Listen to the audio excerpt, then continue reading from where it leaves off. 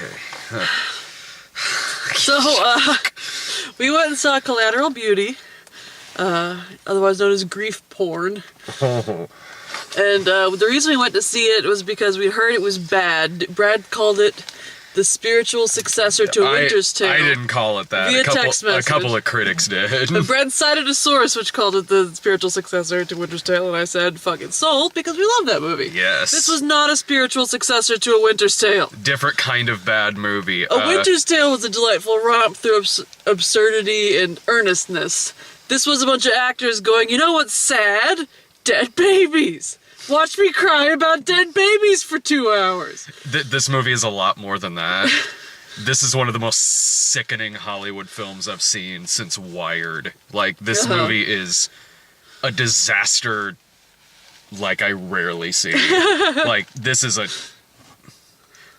mess. This is, I sat there most of the time really not believing what I was seeing, because I can't believe someone thought this was a good idea. I can't believe this many good actors thought this was a good idea. It's such an actor's movie. Because it's like, it's them crying about stuff, and then us cutting to like a physical symbol of the feelings that the actors are having, and then we cut back to the actor to watch them feel it some more, and like every single word, every single sentence is the sort of sentence that you'd see in a trailer. Like, there's no actual conversations in this movie. It's just people saying trailer lines at each other. It is. It's manipulative garbage. I felt nauseous watching this movie.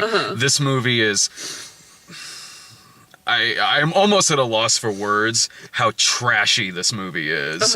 Like, if it weren't for horrible propaganda, this may be the worst movie I've seen this year. This may be one of the worst fucking movies of the goddamn decade. Like, when I saw the trailer for this movie, I thought it would be one of two things. Like, it's out for Oscar season, so maybe, like, at best it might be fine Oscar bait, sure, fine, with a little bit of cynicism thrown in there. At worst, it'll be something like, Extremely Loud and Incredibly Close. Was it like Extremely Loud? No, I mean, well, yeah, in the sense that they're both manipulative garbage made by soulless, blood-sucking creeps.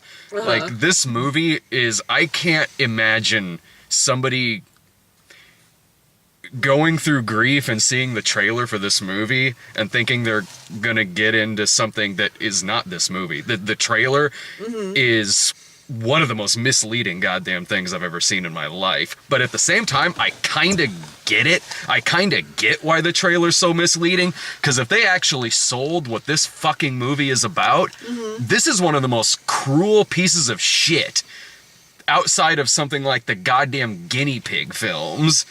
Not familiar with the guinea pig films. Torture porn. I'm on board with you. That's my thoughts. Because I feel like the actors must have genuinely believed they were going to help the people with dead babies, like, get through. Did they? Because a lot of them are fucking awful in this. Keira Knightley is, like, doing that teeth thing that she does that drives me crazy, because, like, you know when you click your teeth together and it makes that kind of, like, inside your head styrofoam noise of teeth on teeth? That's the noise that I hear in my head whenever she goes in an attempt to express an emotion. And she does that throughout the entirety of this movie. Kate Winslet and Edward Norton have scenes together where it feels like they're just reading lines. Yeah, he's like... I've seen him act in stuff where he's good. He's a good actor. Yeah. This, he's just, like... It's like he's reading out of a children's book. Yeah, and the person in the scene with him, and sometimes they're giving him stuff back, and he's just giving them nothing. You honestly hit it right on the head when you said they're all saying trailer lines, which is weird because the lines that are in the trailer are wildly out of context for how they are in this film. The only person who I thought was really good, it was Will Smith. Like, I'm going to disagree with you on that. Sometimes. There were moments where I thought it was a little much, but there were parts where I thought, with a better script, he's real. I can see the grief in this guy's eyes. Well, like I said, I Googled it, and I was looking at headlines, and one of them was Will Smith uses the death of his father to, inform his acting, and so like you could see that he was actually sad, but the problem is that he was like in some scenes he was going for super sad, like dead baby sad. Yeah. And the way he was doing that was either squinching his eyes up so that the tears that were forming would look super welly, or looking like straight up drunk, just absolute like so sad in the mouth, and then squinching in the eyes that he looked like he was so drunk he couldn't see straight. No, I mean, true, because it's a horribly directed film, but there were parts where I could see, like, this, I could see him giving a thoroughly really good performance in a movie like this that deals with grief and things like that. I mean, there are parts where he doesn't work, especially the ending. But the parts where he did, when he was on the subway with Helen Mirren, I actually thought he was really good there. Were you screaming the lyrics to row, row, row your boat at her? Yeah, I thought he did perfectly fine. I was not on board with that. Well, I wasn't, again, not in the sense it was making me cry, I'm not blaming him. This movie made me cry several times because it fucking wanted to. It did. See, that's how it gets. It didn't get me. I wanted to throw my fucking soda at this goddamn thing. I was crying because, you know, it's sad fucking dead babies. But, like, you could... I'm not blaming Will Smith. He's a fantastic actor. They're all fantastic actors. No, they truly are. You can feel the guy off screen yelling, sadder. No, sadder. No, I mean, like, sadder. Look, your babies are dead. You need to look super sad in the scene. And so he's just from the writer of So Undercover, I'm shocked. Fuck this turd. And it has a twist ending. Oh, before we even get to that, it has several twists. Here's how fucking manipulative this goddamn movie is. Every fucking time it shows him flashing back to his kid, you can see this in the trailer. It's one of the only things the trailer actually sells right, in that it's in context of the movie, is him spinning his daughter arm by arm. Later on, they're showing it like it's actual video footage on a movie. I don't know how they got that goddamn camera angle. He must have had a GoPro strapped to his chest, I guess, because it's like his daughter. You're seeing it like this, like, "Hey, Daddy, spin me." Now the actual plot of this movie, it's gonna sound like we're spoiling it, but it's not. It's the plot of the movie. They just don't show you this in the trailer. If you were to see the trailer for this movie, it looks like Will Smith is the star, and he's really not. The first half of this movie, he's barely in. Yeah, he's just wandering around in a stupor in the background with Ed Norton and Kate Winslet and other guys. Michael Pena. Like, fret in the foreground. Yeah, and they're pretty much the leads in this movie, because they work for an ad agency. They work for an ad agency. Will Smith lost his daughter. And yeah, Will Smith and Ed Norton are like the partner owners of this ad agency. And then Will Smith lost his daughter, lost complete ability to function, and just built dominoes all day. And so they're losing all their clients because apparently Ed Norton is useless as a partner. It was all on Will Smith's shoulders. So they're losing clients, and they find that someone's willing to buy their company for $17 a share. And I remember that precisely because it's brought up fucking 20 times throughout the course of the movie. $17 a share. The title of the movie is brought up several times in the movie. Which Collateral Beauty doesn't mean anything. No. But anyway, so they're trying to sell the company, but they can't because Will Smith owns 60% of the company, and so they have to try to make him look crazy by hiring actors to play these abstract concepts that he's written letters to, and a private detective broke federal law stealing out of a mailbox. Hang on just a sec with that. Like, what if he was just mailing his bills? Yeah. Like, what if he was just sending a letter to somebody? She's not a good private detective. So she paid $800 to have, like, a fucking key made to get in the mailbox. What if it wasn't? He was writing to fucking abstract concepts and shit. It turns out that she's the abstract concept of mail fraud. Yeah, or she follows him with a cell phone through most of the movie, but that's a whole other thing. So the trailer makes it look like it's like fucking, I don't know, It's a Wonderful Life, but whatever. And no, this is said at the beginning of the movie that the three leads hire Helen Mirren, the guy who plays Time, and Keira Knightley to go up to Will Smith and pretend to be these concepts to make him look crazy so they can capture it on film to the point to where they're digitally taking out Like the lady was here, Helen Mirren was here, and then Will Smith was here. How the fuck they digitally removed Helen Mirren, I have no idea. Because the writer's a fucking hack who made this piece of shit. But it turns out that because Helen Mirren plays Death, Keira Knightley plays Love, and other guy plays Time. Yeah. Turns out they all Oh my god. relate to the plot lines of Ed Norton. Yeah. Wouldn't you? Because it's so fucking clever. It's so clever. Oh, blow me. Like, this movie is, it's one of those scripts that thinks it's so goddamn clever because it's written by a fucking idiot. Like, because wouldn't you fucking know it, Helen Mirren is bonding with Michael Pena, who's dying. He's got the kind of multiple myeloma where you just daintily cough blood into a handkerchief. Yeah. Ed Norton is trying to get his daughter not to hate him, which his daughter was an okay actress. She was trying a little her darndest. character, I was just like, here's what It was her job to hate his guts, but not really. Here's how this is solved. Edward Norton should just slap her upside the back of the head.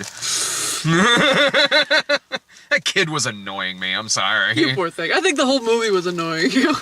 Yeah, it was. It's a shitty movie. The daughter thing, I didn't feel him kind of slap her upside the head because the movie did make a point. Because he cheated on her mom, which caused them to divorce. And you got the impression from the lines that she had that the mom was shit-talking him behind her back. Yeah. And so the daughter was kind of feeling that and taking it out on Edward I Norton. feel so bad for her. She has to go see Hamilton and has to live in a mansion. She has a new, like, stepdad who's a millionaire. I feel so... she had no problem with those aspects of her life. Yeah, the problem she had was hanging out with her dad. Oh, yeah, I feel so bad for this kid. Everyone in this movie was super rich except for Edward Norton. Yeah, and so, and Time is with, Time is with Kate Winslet. Who was too busy having a career to make babies. Yeah. And is now wishing that she had made babies. So basically, these three are helping out the three worst people living in New York City. These are scumbags. These are fucking... I don't give a shit. They're basically tricking their friend into thinking he has a mental disease so that they can sell his company out from under him. And they can cry about it all they want, and they can talk about how much they love him, and they're doing it for his own good, but that's what they're doing. Yeah, and this movie never addresses that. This movie doesn't address that at all. He sits there and forgives them at the boardroom table. Like, you guys made the right call doing this bullshit to me. When he looks I know you're dying. I know that you're Googling sperm donors, and I know that you aren't talking properly to your daughter. How the hell he knows all that when he couldn't even function enough to feed himself, I have no idea. This movie has no idea how grief works. Oh, but this movie doesn't know how movies work. Wouldn't you fucking know it, too? It turns out they actually are death, time, and love. So these three, again, concepts have taken physical human form to... once again, help out these three scumbags in New York City. Instead of going straight to Will Smith, they go to Edward Norton, trick him into paying them to do what they were planning to do in the first I do place. like that they still take the money. That actually was kind of funny. I don't think it was intentionally funny. Why is this movie Reign Over Me crossed with The Game? The Game with Michael Douglas, Reign Over Me, where Adam Sandler pretty much plays the same character Will Smith plays in this movie. Both of those are way better movies than this. Because both of those movies were separate movies that didn't fucking mesh together. But there's another twist. Oh, as if I didn't think this movie would possibly get worse. Because as we were going, we were not the only people in the movie theater for this movie. Yeah, there were a couple of people in the back. Four other people. As I was getting more and more annoyed, I was trying to kind of keep a cap on it, because what if they had dead babies and were genuinely getting something out of this? But then the twist happened, because Will Smith had been slowly but surely going to this support group called the Littlest Swing Support Group, which, fuck the name of that support group. And I've been to New York. The Littlest Swing is not a support group. And so he's getting to know, like, the lady that runs the support group, and she's, as the movie progresses, telling him about her own child that had died, and, how it had destroyed the relationship with her husband, and how her husband had, like, written her a note saying, like, if only we could be strangers again. And then at the end, it turns out that that woman is Will Smith's ex-wife, and her dead baby is his dead baby. So they're Which both makes crazy? Every single interaction they've had up until this point, Insane! an intricate, cruel play they were doing at each other. Is this their fetish? What? I don't get it. And how is she reacting to, since they know each other and have been married and have a kid and are acting towards each other like they're total strangers because that's what this movie thinks people do. How in the fuck is she reacting to him saying, I just had a conversation with death and time, and death came to me as a middle-aged woman? Sure, let's add another layer of subterfuge to our already completely false relationship. Mm-hmm. And then at the end, it turns out they're fine. She makes him admit that their daughter indeed had a name, and they're back together again. Because the whole movie, she's been saying, like, my daughter's name is Olivia. She died of a rare form of brain cancer called blah, blah, blah, or MSG. What's your daughter's name? He's like, nope. Like, again, just every time he refused something in his life, it took me out of the movie because he was making, like, a, nope, I don't want to eat that spoon that's in front of me baby face. I didn't have a problem with that. I did. I didn't have a problem with that at all. Because I mean, my God, he was trying. He was really, really, really trying. But I'll give him that. Yeah, it's just again, I think that's maybe it was just bad direction. Oh, I'm positive that's what it was. This movie directs a cast full of Academy Award nominees like they're community theater actors. Some of them actually fucking playing community theater. Helen Mirren was kind of leaning into it, and that so her performance I was enjoying because she was an actor playing an actor, and I think that she was doing it really well, and that she was kind of casting herself in an unflattering. No, she wasn't. Way. Honestly, yeah, she wasn't bad. She was fine. I honestly, I really didn't have a problem with her in this movie. But the final scene in the movie shows the three of them standing there looking at him like it's fucking Return of the Jedi. They're beaming beatifically down on him from a bridge in Central Park. And he looks up at them like, yeah, you guys are all right. Yep, it does that. It so does that. Apparently, if, in catatonic, debilitating grief for your dead daughter for 2 years, to the extent that you run your company into the ground and are incapable of even the smallest amount of communication with your best friend, all you need to do is scream at Helen Mirren on a subway, and you are completely fine. Also, their whole plan could instantly fucking go south the second someone on that subway were to step in to this guy yelling at Helen Mirren's character. I mean, like, stop picking on that old lady. Yeah, like, I mean, okay, granted.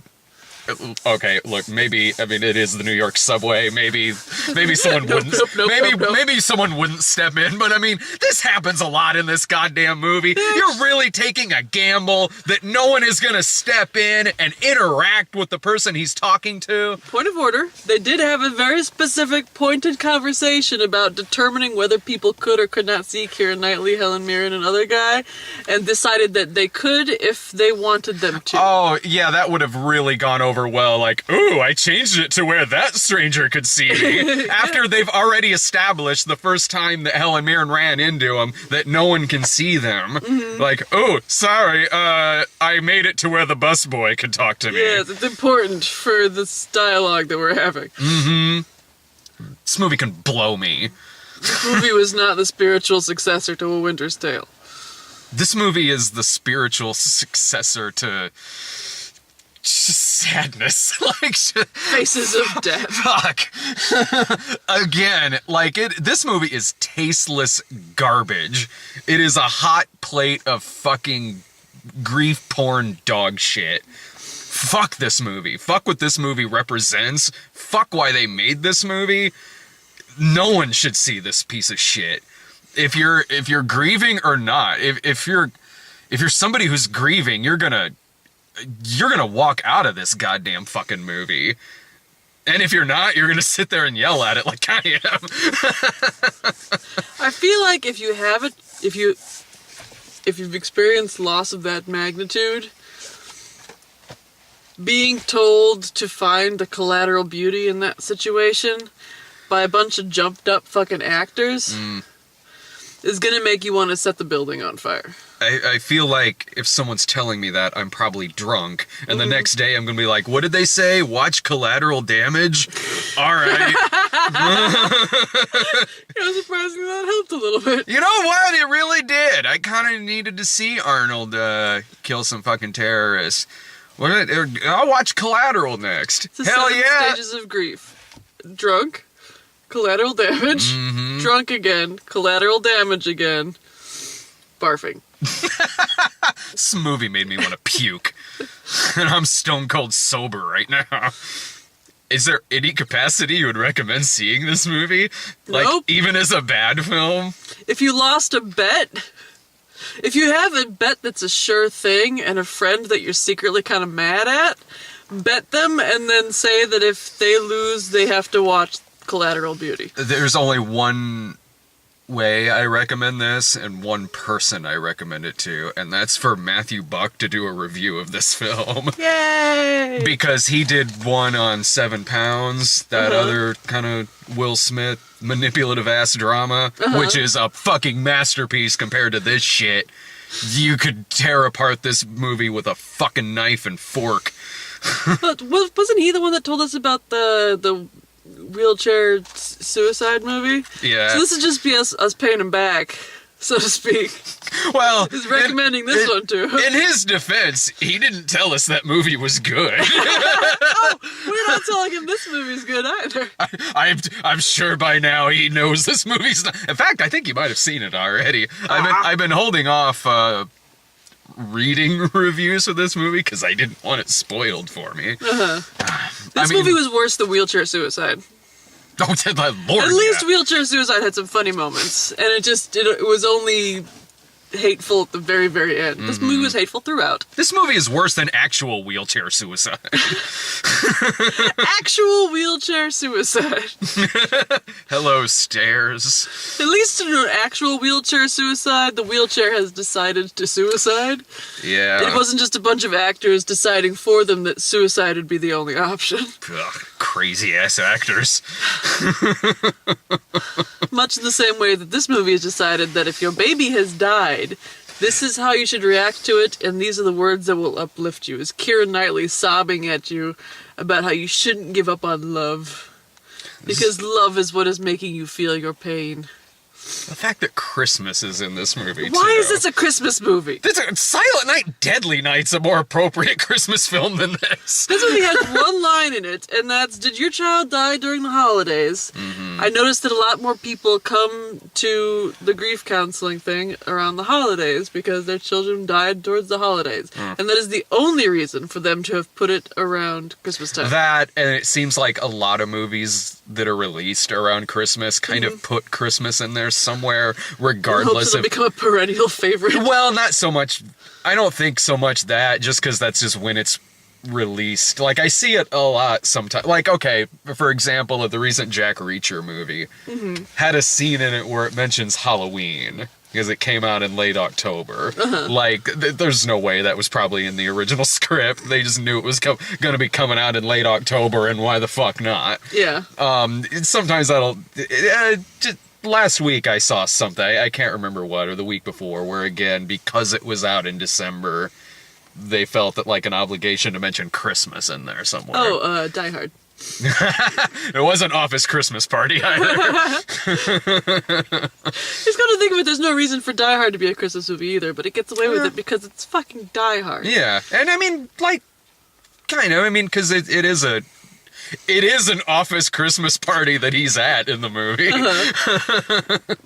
Should we do trailers? Sure. I completely even forgot about it, that we had trailers in front of this. Okay, I should have written... Okay, so Silence, Oh, yeah. which is like Andrew Garfield is a missionary in Japan. Dave and I are excited about And that. it looks like a stone cold bummer, so you guys can have all of Yeah, that. that's the new Scorsese movie. It looks like they're missionaries and like things are not going well for the Japanese people to whom they are missionarying.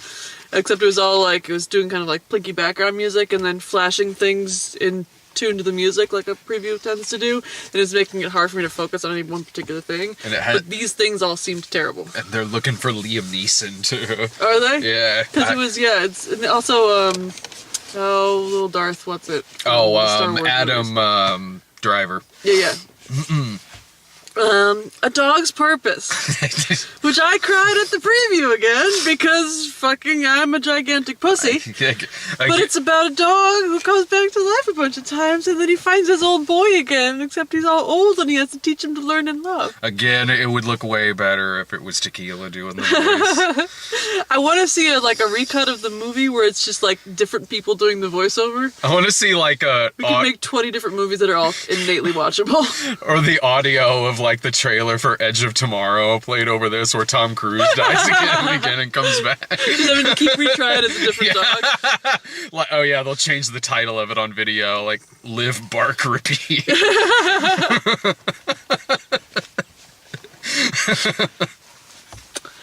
Passengers, which we're seeing next week. I'm very excited because I wasn't excited about it when I thought it was gonna be good, because a movie where they're trapped in space stresses me right the fuck out. I don't like it when their heads explode, and I don't like it when their eyeballs pop out, and I don't like it when they slowly drift away into their doom. Here's the thing, like, I'll definitely get into this more when we actually review the movie, but the script has been around a while. Like, it's actually is a really good script. The script is, which made me excited for the movie, because it was on, like, the blacklist for a while of like the best unproduced screenplays, and it had a really like Outer Limitsy kind of feel to it, like really dark and kind of horrifying. Yeah, the way you're describing it as a horror movie, that movie I would not have any part of, but it would probably be good objectively speaking. It was not so much that it was a horror film; it was more of a drama and really kind of this moral dilemma film. When I saw the trailer for it the first time, I still wanted it to be good, because I really like I really like what they did in the original script, but I was really worried with the tone, the completely changed tone of the script, and even the actors who aren't quite right for these. I know what happens in this movie. I know what the reveal is. And if it's done poorly, which I hear it is, and I was terrified of when I saw the trailer and saw who was cast in it, you're gonna hate this fucking movie. But we'll see. I'm really curious. Anyway, Hidden Figures, which we talked about before. Yeah. Dunkirk. Oh, that looks the Christopher Nolan war movie. Yeah, that looks good.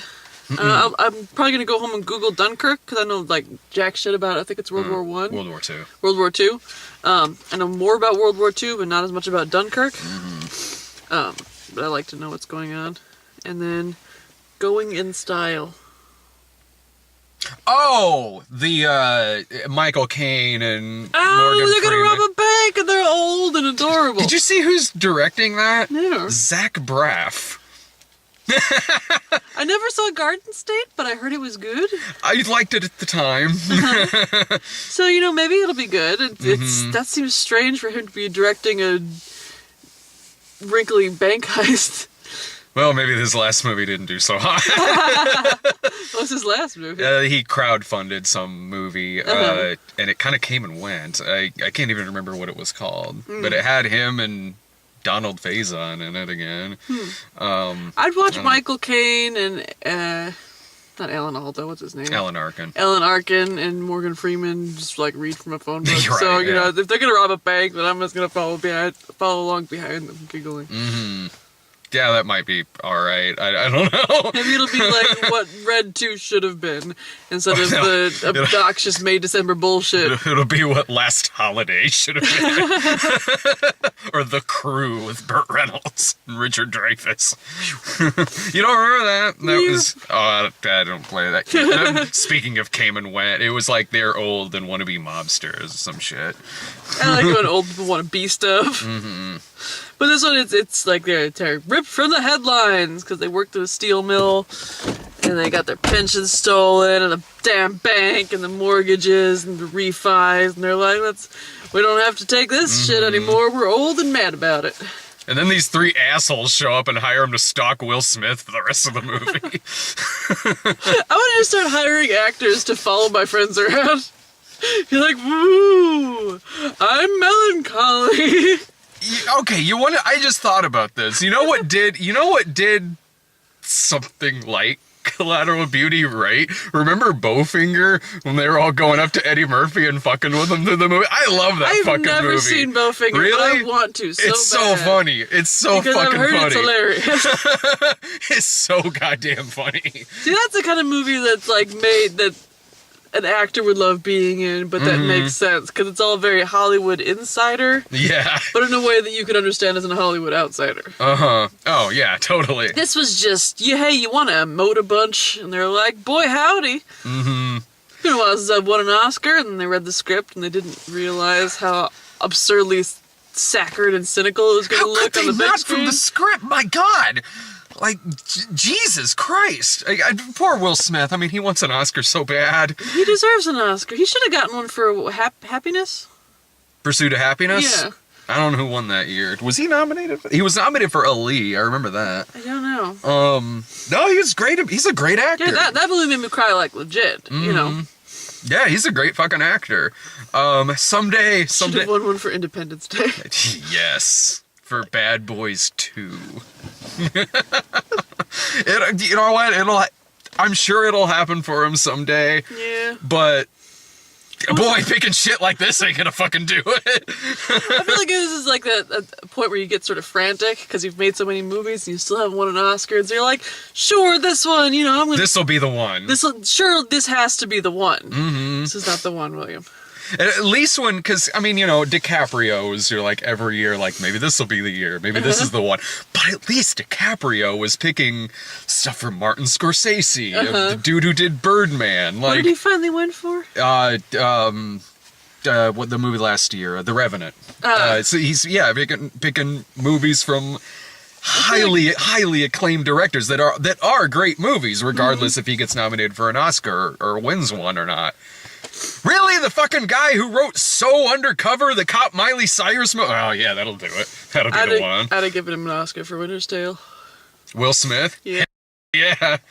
He played the devil in Winter's Tale. We should just go home and watch the Winter's Tale again. Honestly, yeah, it is winter. Because, we've been looking for another movie to be one of our Christmas fare. Mm-hmm. And it certainly wasn't Kirk Cameron Saves Christmas, because turns out you can only watch that piece of shit once. Before I still had a blast when we watched that at the Christmas party. The only 2 people who didn't were the people who hate sitting through anything. I think that having had a conversation with them afterwards, their problem is more they don't like making fun of Christian stuff because they don't see the humor in it. Not so much because they're Christians, but more so because they find it a little more sinister than we do. I've drank with him before, not buying it. But at any rate, A Winter's Tale is fun for the whole family. Mm-hmm. I mean, we once bummed out an entire room full of people with that movie. Hell yeah. Cha-ching. All right, I don't know what's coming. I get Passengers is next week. We've already seen Sing. So at some point we'll see Passengers. See ya.